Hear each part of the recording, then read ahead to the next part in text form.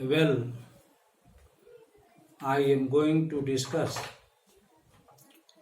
irony or use of irony in William Shakespeare's Othello.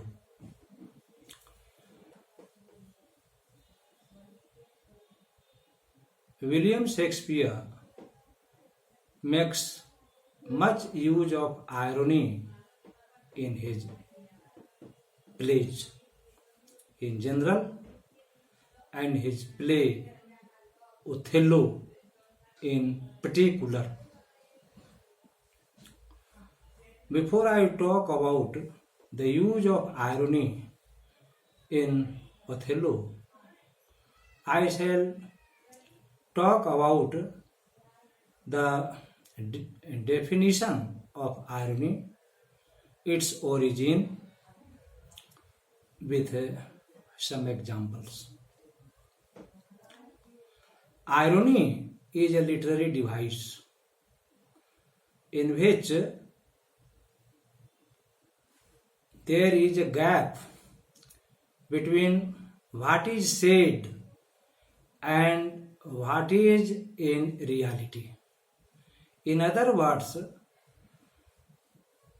we have a difference between what is stated or narrated and what actually happens. There is a big gap between the two. When there is a gap between the two, irony happens. For example, when Antony says in Julius Caesar that Brutus is an honorable man, it is irony. It is a beautiful example of verbal irony. Similarly, when I say anyone that he is a king of riches, whereas he is a very poor man, irony occurs there. From the example, it is clear that irony refers to the difference, the gap between what is stated and what actually exists, what actually happens. Now let me talk about the origin of irony. The word irony came into English language in the 16th century itself. It came from French, irony, I-R-O-N-I-E. Before it, irony came from Latin word. It spells I-R-O-N-I-A, ironia. All these terms or words came from the ancient Greek, a stereotypical character known as Iron, E-I-R-O-N. An iron figure brings down his opposition or opponent by understanding his abilities. Thus, it is a type of irony by saying less than what he means. After talking about the origin, definition and origin of irony, let me talk about the kinds of irony. There are four main kinds of irony, four main types of irony. These are: number one, dramatic irony or tragic irony. Number 2, comic irony. Number 3, situational irony. Number 4, verbal irony. Now each irony is different from one another.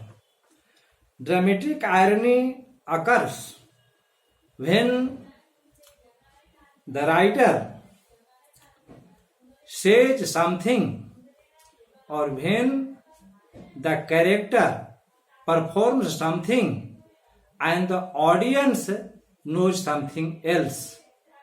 Dramatic irony occurs here.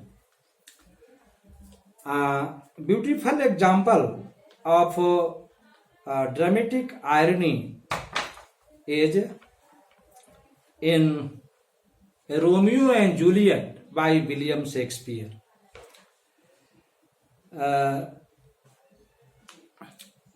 Each young lover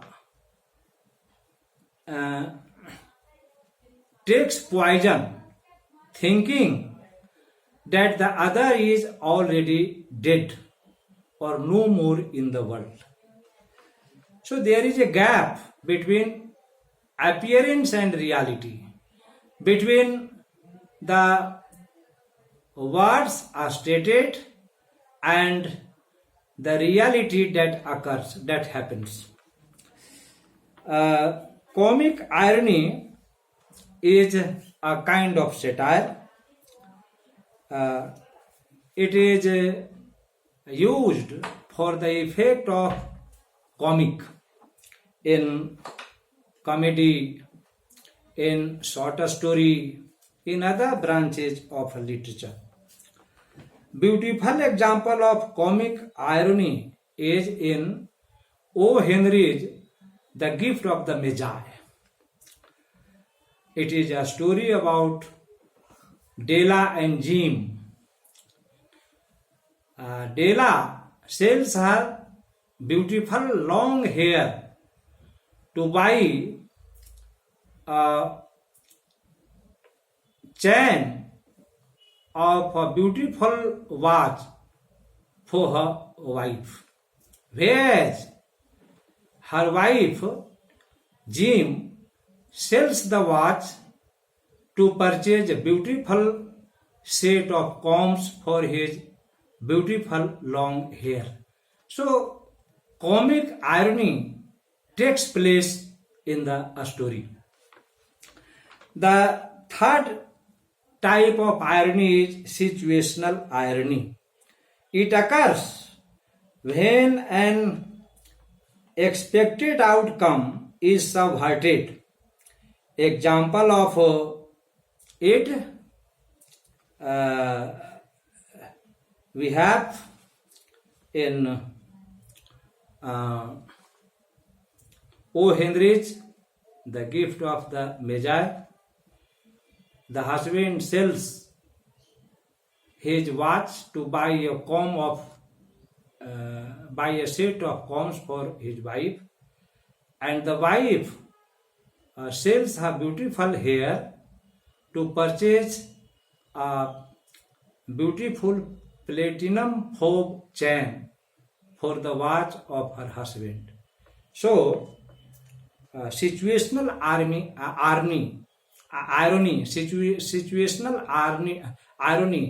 occurs there.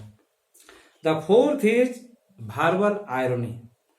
Verbal irony is an irony in which a speaker means something very different from what he or she is saying.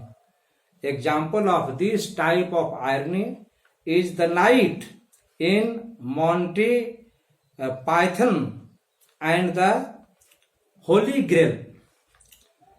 Both the arms of the knight are sliced off.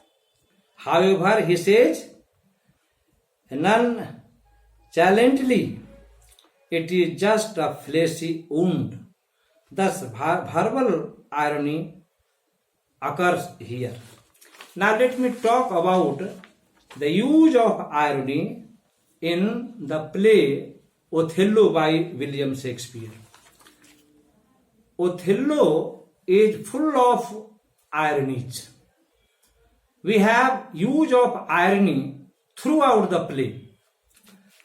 In the beginning of the play, in Act 1, Scene 1, line number 65, Iago says, I am not what I am.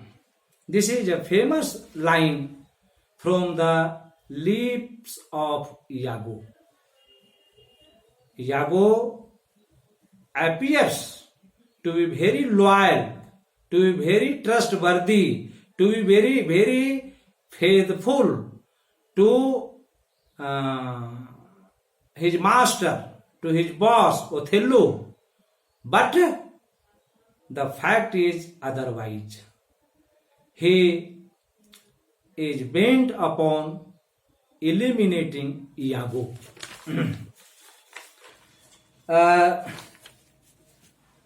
Another beautiful example of Iago, of irony in Othello is when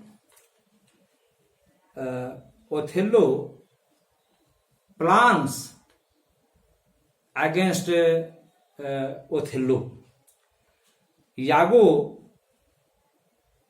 Iago's evil plot against Othello is a fine example of dramatic irony. Othello does not know about his devilish design, his revengeful nature. Othello trusts him most. So dramatic irony takes place in the play. Othello says in Act 1, Scene 3,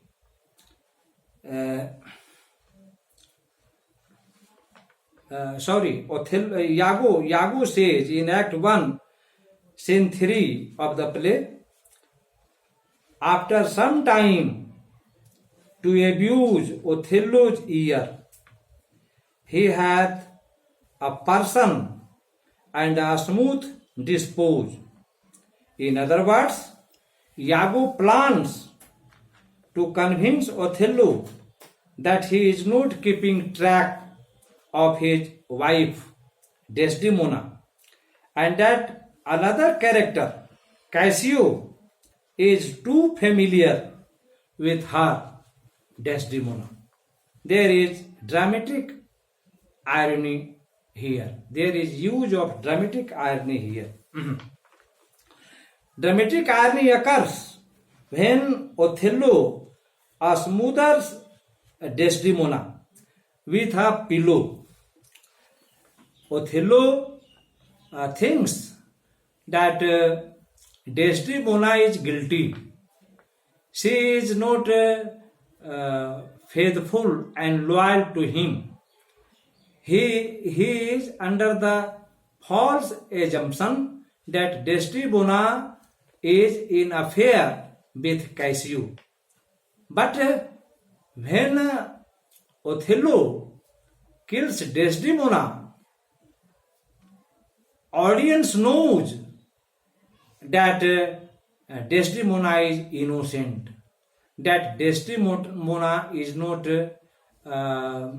unfaithful to Othello. So dramatic irony occurs here.